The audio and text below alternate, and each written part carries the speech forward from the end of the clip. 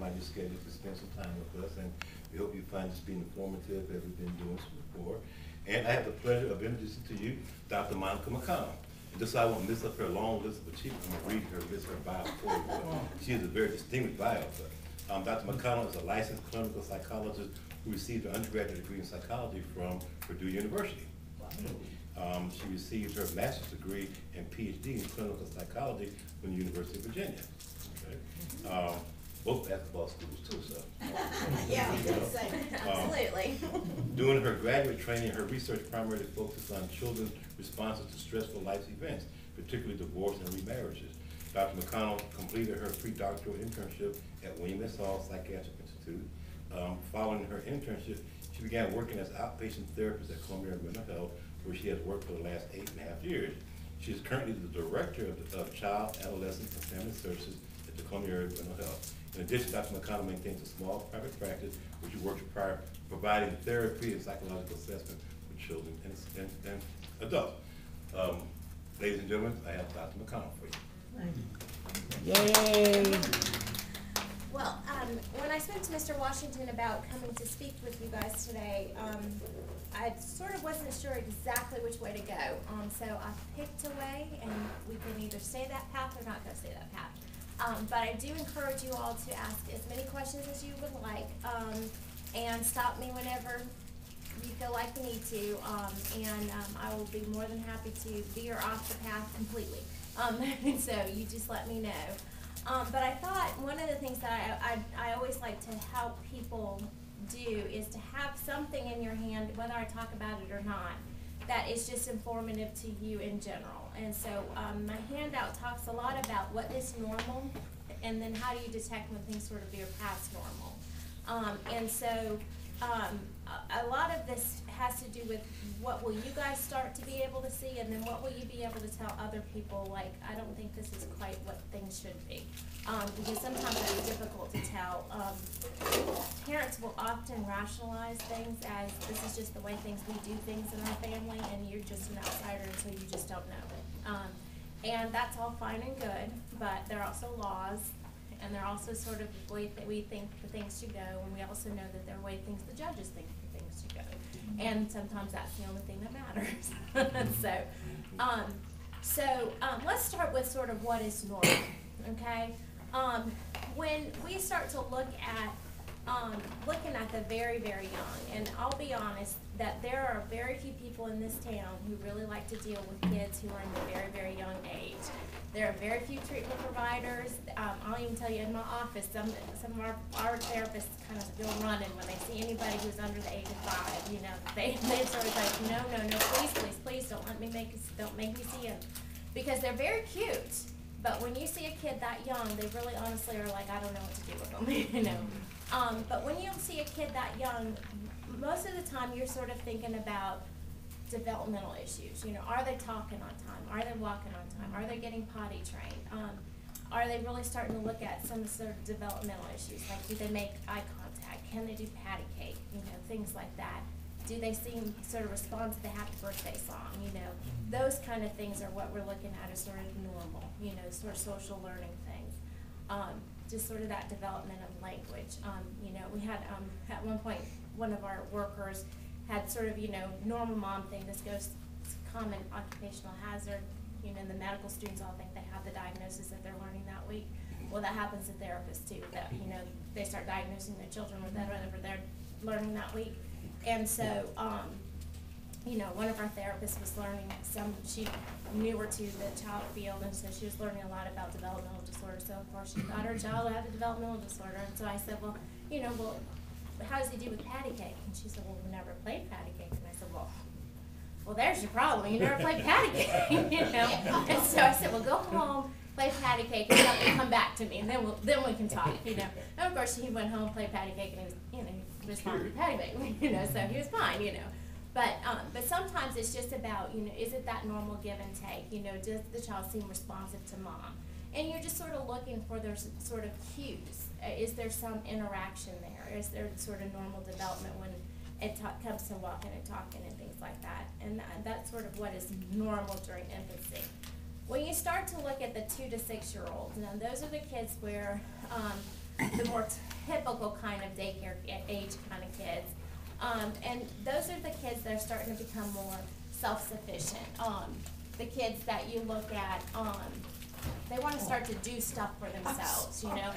I want to put on my shoes myself. I want to button my shirt myself. Now, button shirt's not really going to happen at age 2, but they want to try it themselves anyway, you know. But they want to be more self-sufficient. Me do it. You hear a lot of me do it. But then they also start to develop a lot of that school readiness. You know, being able to become potty trained, because let me tell you, there's no school on earth who really wants a kid who's not potty trained. There's no daycare on earth who really wants a kid who's not potty trained. And so they start to spend a lot of time at that point with their peers, you know, wanting to play more. That's just their big thing at that point. It's just playing. When you see a kid who doesn't really want to do that play, that wants to spend more time by themselves, that's when you start to get worried. When you see a kid who really prefers you to do everything and doesn't start to challenge themselves, doesn't start to want to do things for themselves, you start to worry. Or if you see that, you know, kids are very, have a hard time grabbing at that age, but if they just seem like, honestly, they just can't grab anything, and it's like Cheerios, you expect difficult, you know, they're tiny. But big glass like this, you expect by a certain age that they're going to be able to grab it and be okay. Okay. But if you notice the 3-year-old is having a hard time grabbing the glass, that's when you know you're starting to have some problems. Okay. So then you start to move into the middle, late childhood, and that's the 6 to 11-year-old. And at that point, they're starting to master more of the academic kind of things, the math, the reading. They may not like it, but that's what they're trying to work on. And they're really much more achievement focused at that age. They're becoming much more sort of self-control centered, you know, that they're looking at how can I master my world, how can I be in control of my world, you know. What can I be in control of versus mom and dad being in control of at that point, okay? And then you move into everybody's favorite adolescence. The 12 to 18-year-olds, and honestly, sometimes, and this is where I got the "you're a mess, Dr. McConnell" phrase from, about the 12, 13-year-old, honestly, some parents want to lock them in the closet because they think they lose their minds. Because those kids sometimes, I don't know what happens, they just kind of become, some people say they become demons. The Exorcist, not my child, must be your father's child. I mean, I've heard everything, you know, but honestly, they just become sort of these other people. And sometimes it's a matter of they're just trying to figure out who they are. And all they know to do is, let me try first whatever my parent is not. And they try that, and then they say, oh, that's getting me in a lot of trouble, you know. And then they try on different things, and they try on different things that they see, and not everything that they see is real positive. And so sometimes they sort of pick and choose. So there are no warning signs that a parent can say, okay, I'm starting noticing this, and we're going to talk about those. We're going to talk about those, yeah. So at adolescence, and you'll start to see the rapid changes, physically, emotionally, socially. And for our kids in this generation, unfortunately, the physical changes of puberty come way before this stage now. It's way before 12 that we're starting to see puberty hit the 9-year-olds. And that's way before they're cognitively ready. So we're used to the 12 and 13 and 14-year-olds hit developmentally puberty and be able to almost make sense of it in their mind. Well, now the 9-year-olds are hitting it developmentally, and they have no clue what to do with it. Why is that? If they're developing so early? There's a lot of controversial research out there about that. I'll tell you some theories, okay? Some will say it's the hormones in our meat. Some will say it has something to do with modern medicine. Some will say it just has to do with sort of a natural maybe progression in the way we've developed as humans. Some have just not have, they just don't know. But there have been a lot of theories and a lot of research. I've heard some, I'll tell you my favorite Katie Couric question. Katie Couric's not always my favorite person, but she asked whether it had to do with it, because there's also a racial difference that black females develop at a much faster pace than white females, and she wondered whether or not it had to do with the pomades that black girls use in their hair. Okay, let me ask you this, you know, when you explain that about puberty, you know, that made some sense to me in that we know that human beings are evolving. We're all living longer, number one. We know the athletes are bigger, faster, and stronger. The athletes that we think were so great a generation ago probably couldn't compete as well with the athletes of today. You know, and we see all kinds of examples of that. We know when we go to historical places that the chairs and the doorways and the clothes and all kinds of things were built for smaller people than today. Absolutely. And so on. So Definitely evolving. in that context, it seems to me that if when you say you've got all this evidence of kids reaching puberty at a younger age. And the only bad part of it is that their brains haven't evolved in the same way to help them make sense of it at the same time. You know? But that certainly, you know, and that's why I say that we don't know the answer, but it could just honestly be that we've just evolved that way to develop so much faster. So,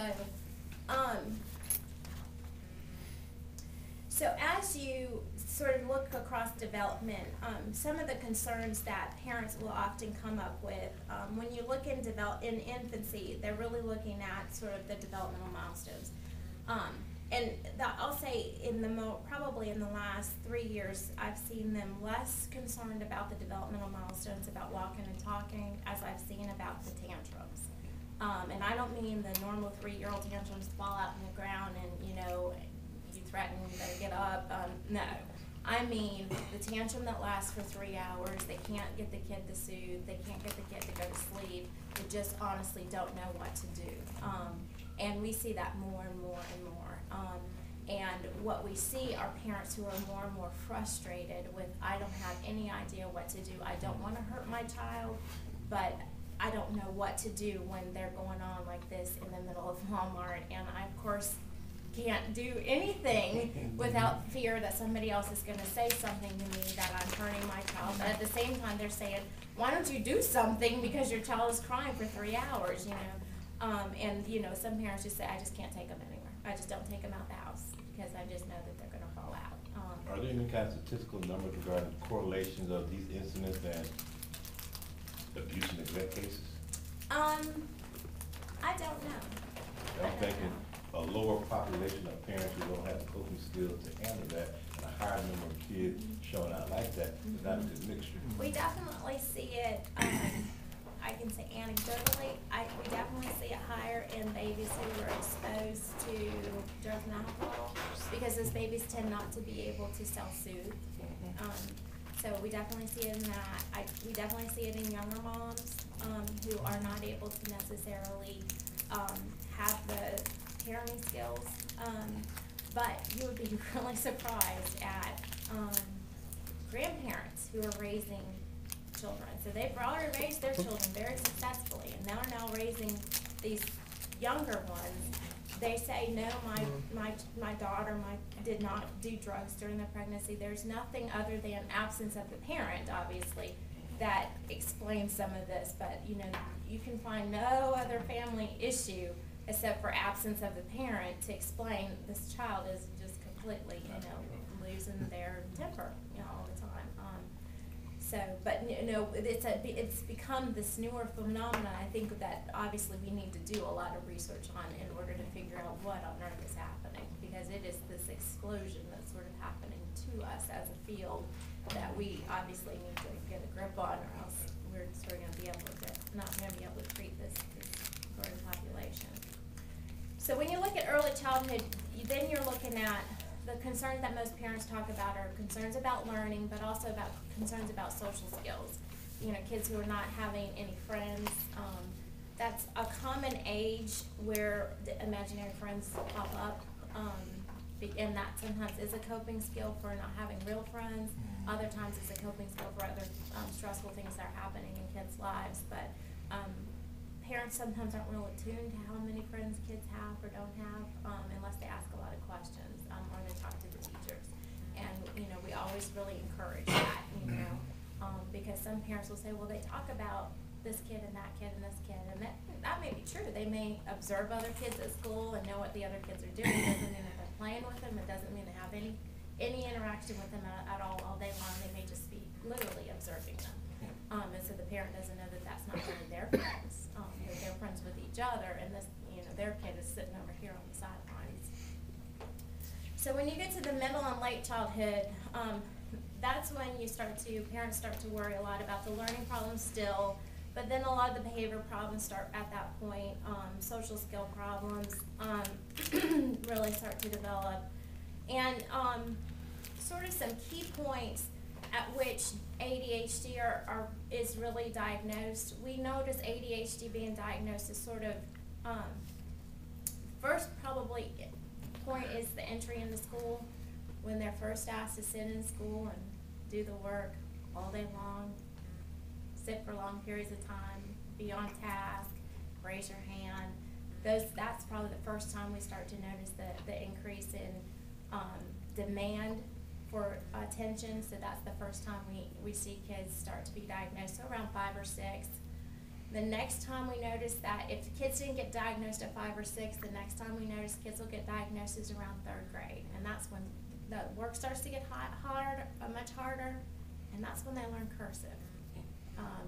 And ADHD kids and cursive do not get along. That ADHD stands for attention deficit hyperactivity disorder.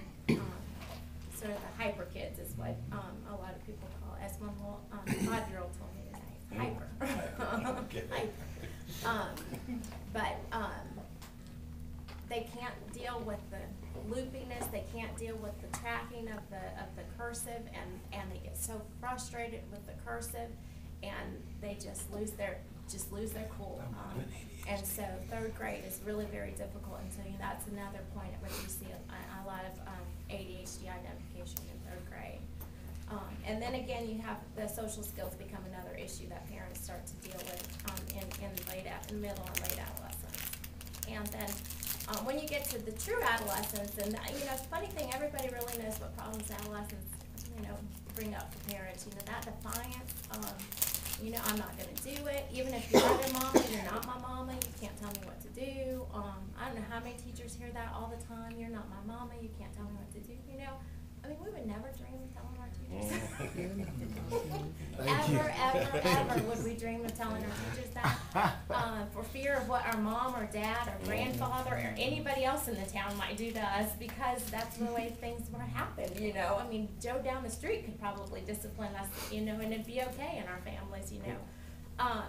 But then you then also have the continuation of any social problems that were, unfortunately, some kids who are ostracized at younger ages, if you are sort of that quirky, odd kid in a younger age, you might not quite grow out of it and continue to be that quirky, odd kid sort of as you grow up. In adolescence, it's just worse because people just tease you even worse. And so adolescence, you get a lot of that emotionality, the mood swings, as everybody likes to call them. One minute they're fine, the next minute they're screaming at you. You know, I hate you, you're ruining my life, I don't understand. And then you have a lot of the academic problems. Our high school dropout rate at this point is ridiculous, and it is only getting worse. And that's a lot of what time when parents get really concerned about what are we going to do with this kid? You know, he's 17, 18 years old. He can't live in my house forever. You know, what am I? You know, he's got to get a job. He's got to get a skill. He's got to do something. How is he going to survive? I don't know what to do, and then we get a lot of parents sort of like, you know. That's where I'm at right now. Star football player, after football season, everything to see him, like, I don't know what happened. You know what I'm saying? He turned 18. And yeah. I don't know what happened. I mean, he's popular. I mean, it's not like he's been in everybody. I mean, like his teacher said, if there's 29 kids in the class, he knows, and he's good with 28 of them. So I'm like, what happened? there's this thing. Now he called know I'm 18. bipolar. I'm subject to go off anytime. And you still trying me? It's this thing called 18. Once they hit 18, they really, and it doesn't matter if they're still in high school, not in high school. Once you hit 18, you know, you've been trained in this country to think 18 is this great thing that happens. You are an adult. You become your own person at 18. And they honestly believe that that's going to happen no matter where you're living, no matter what's going on. And they just think that they can try you at 18. And so he probably really thinks, oh, I'm an adult now. I can really just go out there and like, I can do my own thing, no matter what. And one day he may come in and call you by your first name. Pop up a beer. But again, but they're not cognizant of the fact that you staying in my house, the clothes on your back came from me, the food that you eat comes from me, your money in your pocket Okay, comes that's from like me. maybe back here. How in do you their get that to brain. come to the forefront? Right. That's I do. Reminders. Reminders is how you remind. I'm thinking, when you lay your head down in bed, you know that's not your house. Right. You know you didn't pay those bills. Reminders. Reminders. So how does your mind block out that stuff though? I guess just, It's not that they block it out. It's just you have to remember teenagers. Teenagers have this sort of sometimes fleeting attention span, and that Daddy, and that's what you're supposed to do. exactly. Yeah. That's They feel this entitled. generation. They are very entitled. They are highly entitled. Yeah. You need to, That's yes, him. yes. You need to understand that. And that one of the treatments we have learned very quickly with this, one with this generation, but two with defiance, is you just take everything out of their room. Everything that they own, you just take it. It's yours. You bought it. right. You Does take that it cause and let combustible? them earn it back. To an 18-year-old? You would never. But wouldn't that cause a combustible reaction? It could, but there needed to be a reason to do it. Okay. If there was a reason to do it, then do it. If there's not a reason to take everything, then don't take everything. But Turn off the cell phone. Turn off the cell phone. Yeah, you're talking Yeah. about an extreme case. where you have exactly, to they're make- extreme place. But you know, there's no reason, if you're gonna be that defiant, I'm not paying for your cell phone. If you're gonna be that defiant, I'm not gonna let you drive the car. My That's cell where I'm phone. at. It's You my know, cell if you're phone. gonna be that defiant, we don't need to have this privilege or that privilege. You just slowly take away things until they earn them back. And until they can be respectful. And you have to make sure you communicate that though. That you just don't take it away and say, you know, I'm just mad. You know, when I think about it is when you'll get it back. You set a time frame, you know, and you never parent out of anger. You know, you set a time frame. I know it's hard. It's hard. It's hard. And sometimes you need a parent time out. Yeah. I got You a go friend. take the time out till you get calmed down, and then you come back and you parent, you know. But you know, but sometimes it just takes that you have to, you know. But it's hard to make privilege. the punishment fit the crime. Oh yeah, oh yeah. I mean, I'm like, she's like, I had a friend of mine, she's a psychologist, and she's like, well, give him a month. I'm like, no, I'm like, the rest of the year. I mean, I don't want to meet him in the middle. I'm not ready to get over it yet. I'm still mad about what he did. So, Right. But at the same time, he's 18. He's obviously about to graduate. trying to get there. You know, let's be honest.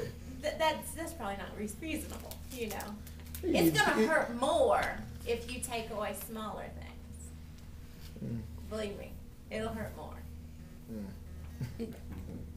I tried and true. He'll be there tomorrow. And not to regress back too far, but go back to that 14 or that 12 to 13 block. The ones who just have no understanding of discipline or authority, the ones that just equally defined. And they kill me with these labels about oppositional and conduct and that and other. But again, and these behaviors are more prevalent in the school settings though. My concern though, is this a correlation from something that happened in or pre-adolescence and when they were toddlers or elementary school age, and what can be done? One of the things we know, and actually if you look all the way at the bottom of page 2, talks about the parenting types.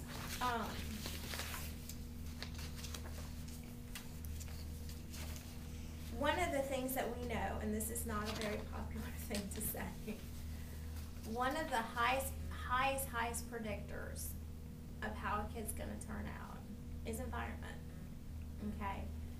and parents have, and it's hard for kids and hard for parents to imagine this, but parents have such a huge influence on their kids, even through adolescence. Even at that time where they want to be with their friends the most and they want to hang out with their friends the most, you are still the biggest influence on their life. And so parents have a huge influence on the kind of child you're going to produce, okay? When you're the permissive parent who says, I love my kid, and you're always indulging them with presents and you never set any limits, and so we call that the permissive parent, okay? So you don't set a whole lot of demands, you don't set a whole lot of limits for your child. And flip to the next page. Those are the kind of kids who disregard rules. Let me ask you this, and I'm not questioning what you're saying, because I believe that there's certainly a lot to that, but I've also read the other side of the argument about parents don't have that much influence, that it's their peer group and the environment around the peer group. It's, the peers have a influence, okay? But that influence, the only way that outweighs the parents' influence is if the parents take a back seat. If the parents don't parent, if the parents don't supervise and they don't monitor, that's when it takes a back seat and the peers all of a sudden take on this bigger role. Those parents that work 3 jobs, who can't be there after school, who can't figure out where their kids are 90% of the time, not because they don't want to be there, but because honestly they just can't be there. Those parents are taking a back seat because of necessity. They have to put a roof over their kid's head, take a back seat, and their peers become more important. And it's not because the parent isn't important. So there's a pushing and pulling there that really depends, it makes it a case by case. There isn't any one. That the parents are the biggest influence, If they. but if they're absent, Yeah. they're absent. Dr. Monica, what about an authoritative person? How do the children react when they have someone that controls them totally, like children that are totally controlled? No, that's not authoritative, that's authoritarian, that's an A different authoritarian. That's authoritarian. That's not a dictator. Yes, yes. Those are bad, no, turn to the next page, that tells you sort of the outcomes for the different parenting styles. Oh, okay. Authoritative is the best parenting style. Authoritative. Yeah. Okay. That's the Okay, best I was parenting using the style. wrong, I Yeah. saw it there. so Yeah. I was using it. That's the best parenting style. That means that you both love your child, and you set really good limits, for them, discipline them, and that sort of leads to the best outcomes for your kids. Those kids seem to be have good self-esteem, they're self-reliant, they have good academic outcomes, less depressed, very positive outcomes. The authoritarian, kids, not so much. They really don't know how to make decisions for themselves. They're so used to somebody else doing it for them. You know, they're so used to somebody else dictating to them what to do, so they don't know how to do it for themselves. And so what you see is that then they sort of flail sort of through the world, and don't know, they're kind of more easily influenced by other people because they're sort of looking for somebody else. Once dad no longer does it for them, who's gonna do that for me? You know, so then they may fall under the negative influence out in the world who'll tell them what to do. You know, they may become the co-defendant next time in the trial. But they also tend to be more anxious because authoritarian parents tend to yell a lot.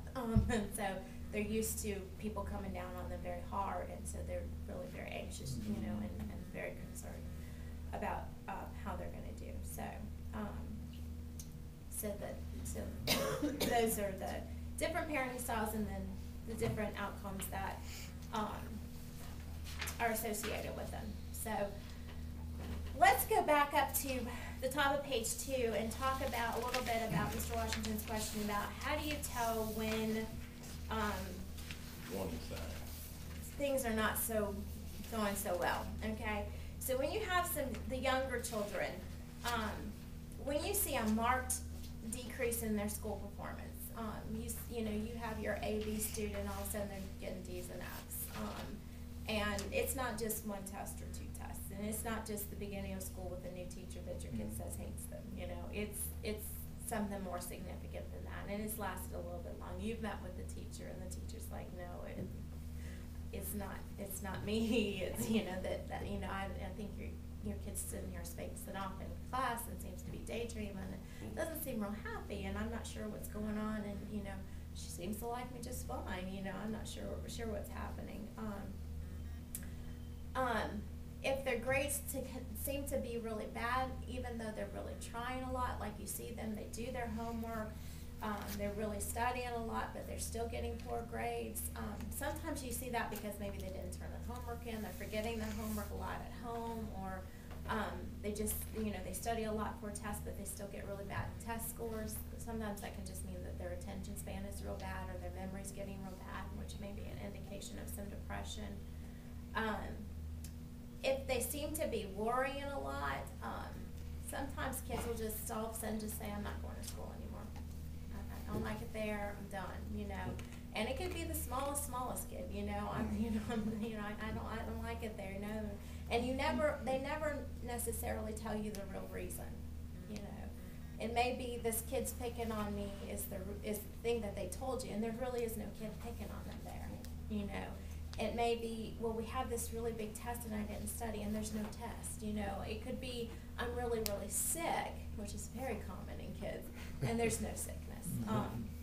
But you may get school refusal, problems sleeping, all of a sudden not taking interest in the activities that they used to, like maybe they were in Boy Scouts or Girl Scouts, and all of a sudden they don't want to do that anymore, don't want to go out and play anymore, don't want to play their Game Boy anymore, you know, things like that.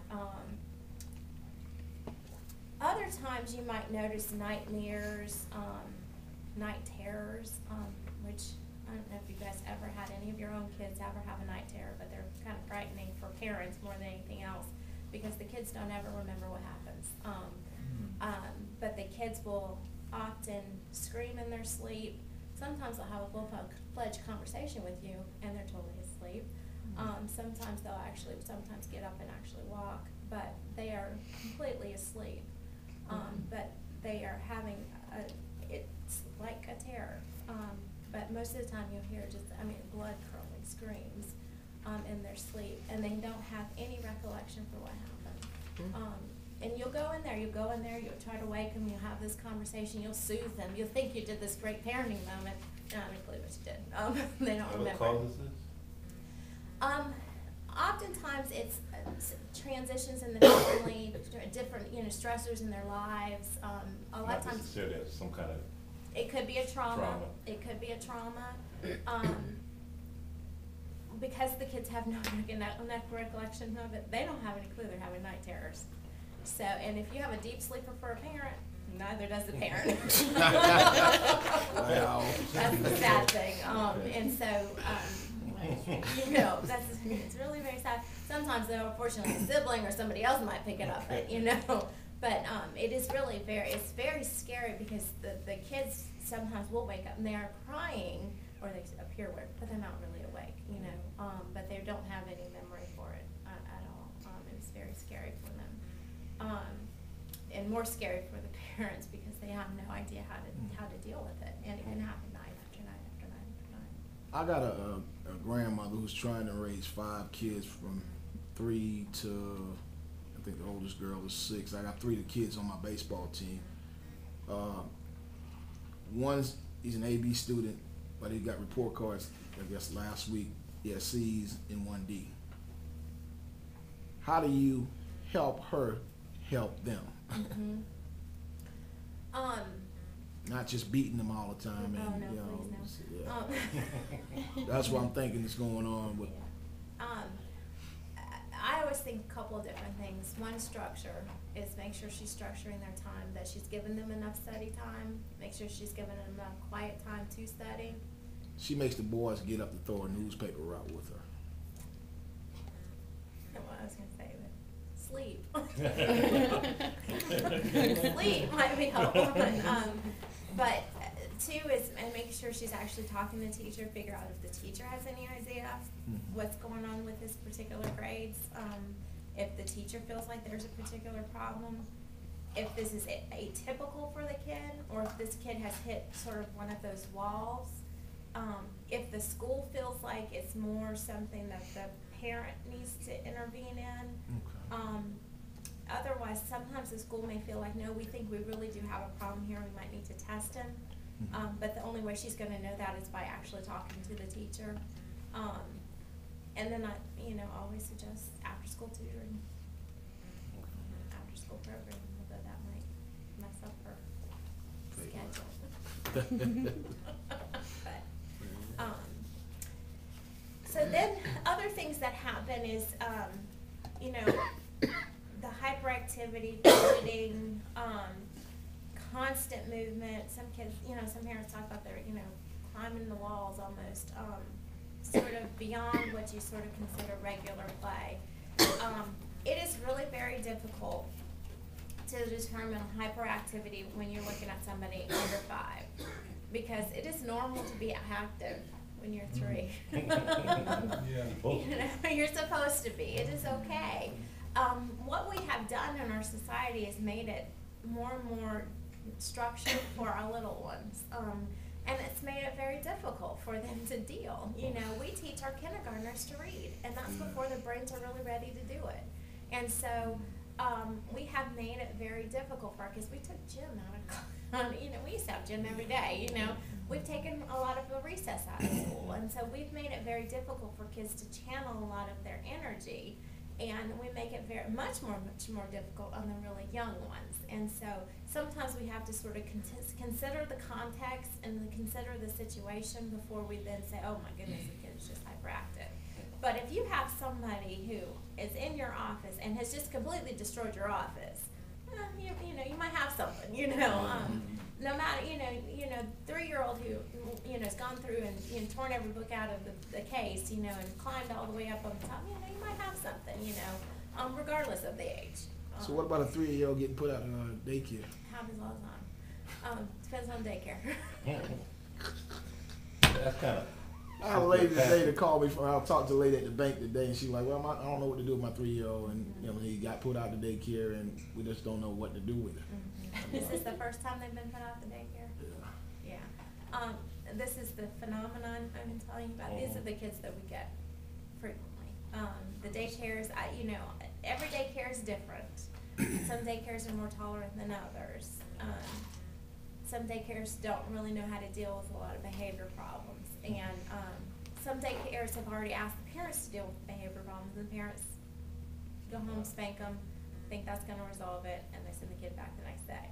And it doesn't resolve it because they're 3, Yeah. And so the 3-year-old's already forgotten about the spanking and has gone back and, gotten into a whole new set of trouble the next day. Sometimes it's a problem. I always, and we'll kind of get to this later, I recommend certain things before you then jump into it's definitely ADHD issue. So we'll talk about that in a minute. So then, if you all of a sudden also have a kid who becomes the disobedient, aggressive kind of kid, and it lasts longer than 6 months, that may be another red flag.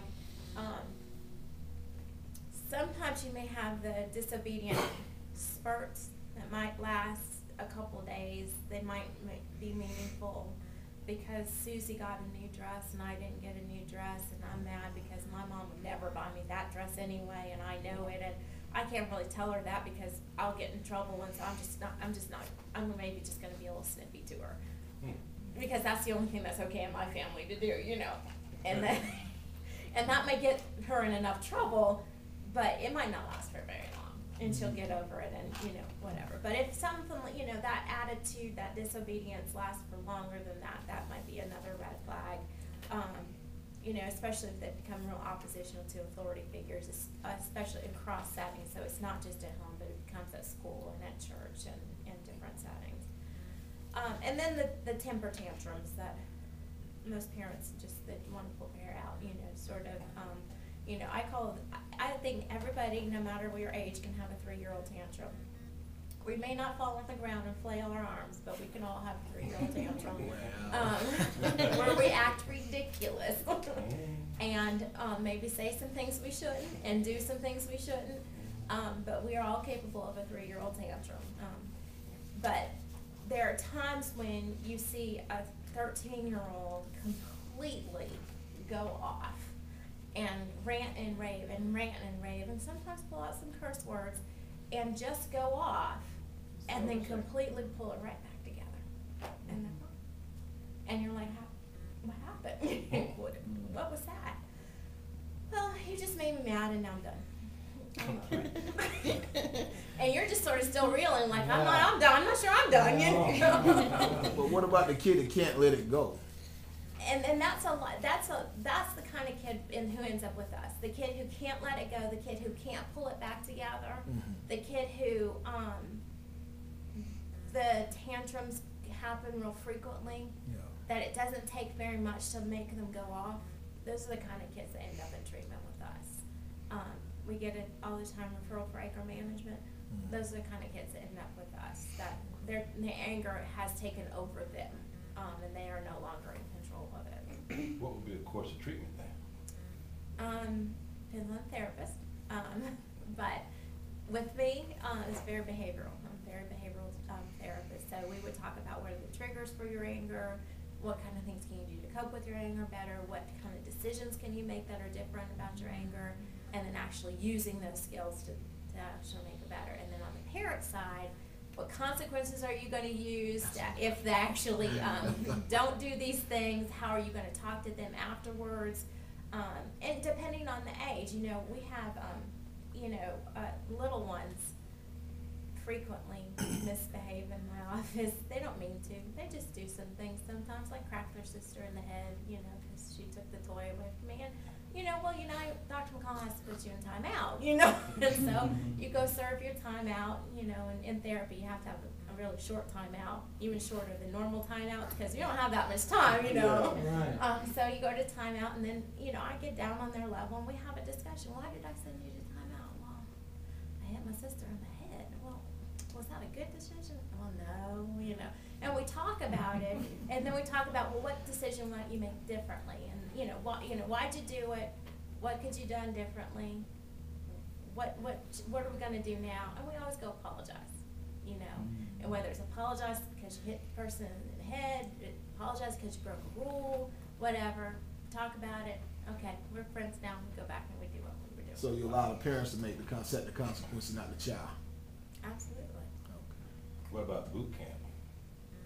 About I mean, that. the successes of sending a child who has these opposition conduct disorders, whatever, who can't accept authority figure, and put them in a situation where, again, you're going to be made to do this because the idea behind this behavior modification program is to break you down to zero and build you back up. And that's in the most extreme. To me, that's in the most extreme. That's when you have completely blown your community placement. You can no longer be maintained at home, or you can no longer be, mainly you can no longer be maintained at home, but you can no longer be maintained in the community, and we must send you elsewhere to be maintained. Like that last course action then? Yeah. And we have plan B, after you mess up one time, then I'm sick of you. No. For us, it's about levels of care. That boot camp is a pretty high level of care for us, and that is, we have exhausted every outpatient option that we have before we've gone to, and boot camp is obviously not our necessary. We don't do boot camp. We do wilderness camp. Mental health is wilderness camp. We don't do boot camp. What about the use of medication? We do obviously use medication a lot. My stance as a psychologist is that I'm not a huge advocate of medication, and I tell parents this all the time, because I'm not a medication pusher at all, but my sense is that medication provides the avenue for people to take advantage of therapy. A kid, especially a child with ADHD, which stands for? Attention deficit hyperactive disorder. Hyperactivity disorder. Very good.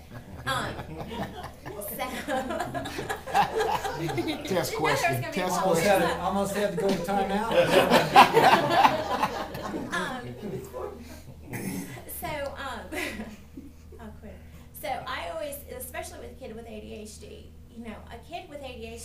cannot function, cannot focus in class. So you could have the best teacher with the best parenting, with the best therapist, and the kid cannot focus to take advantage of that Unless he's medicated. unless he's medicated.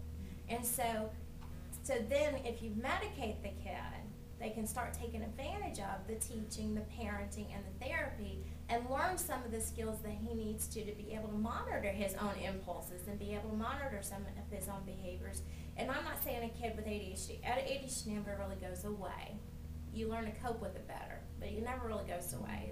It's hardwired, it's neurological. But that to some extent, that then as the kid gets older and they get to the adolescence, they get to adulthood, they may choose not to be on medication because they feel like they can manage it better because they've learned how to deal with it from the things that they've learned throughout life. But that it's really puts them at a disadvantage sometimes if they can't take advantage of some of the things in their environment. Just like with depression, people who are depressed, if they're so depressed that they can't find the inertia to get out of bed, they can't find the inertia and to actually take advantage of therapy, then they can't deal. And so sometimes the medication gives them that sort of a push to be able to do that.